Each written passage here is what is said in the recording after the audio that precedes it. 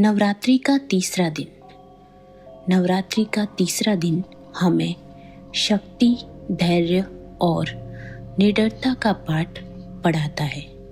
इस दिन माँ दुर्गा के तीसरे स्वरूप माँ चंद्रघंटा की पूजा की जाती है। माँ के मस्तक पर अर्धचंद्र सुशोभित होता है, जो घंटी के आकार का है। इसी कारण उनका नाम पड़ा चंद्रघंटा।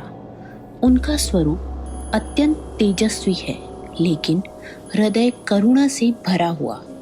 वे सिंह पर विराजमान है और दुष्टों के लिए प्रचंड, भक्तों के लिए माँ चंद्रघंटा हमें सिखाती है जीवन में डर को त्याग देना चाहिए, अन्याय के सामने डटकर खड़ा होना, शक्ति का प्रयोग धर्म और सत्य के लिए होना चाहिए। शांत स्वभाव में भी असीम साहस छिपा होता है।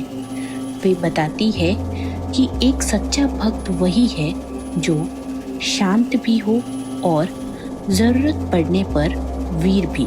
माँ चंद्रघंटा की पूजा इसलिए की जाती है ताकि मन के डर और नकारात्मकता दूर हो, आत्मविश्वास और साहस बढ़े, मानसिक शांति प्राप्त हो, जीवन के संघर्षों से लड़ने की शक्ति मिले। कहा जाता है, माँ की घंटी की ध्वनि सभी बुरी शक्तियों को नष्ट करता है। जब देवी पार्वती ने शिव को पति के रूप में पाने के लिए कठोर तप किया, तब वे अत्यंत कोमल स्वरूप में थी।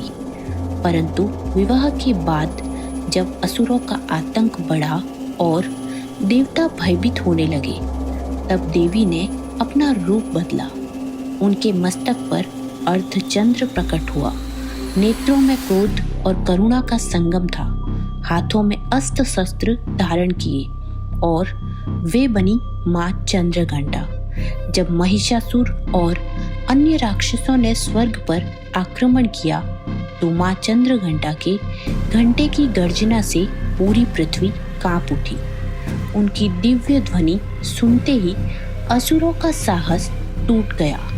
माँ ने युद्ध कर अधर्म का अंत किया और धर्म की पुनः स्थापना की।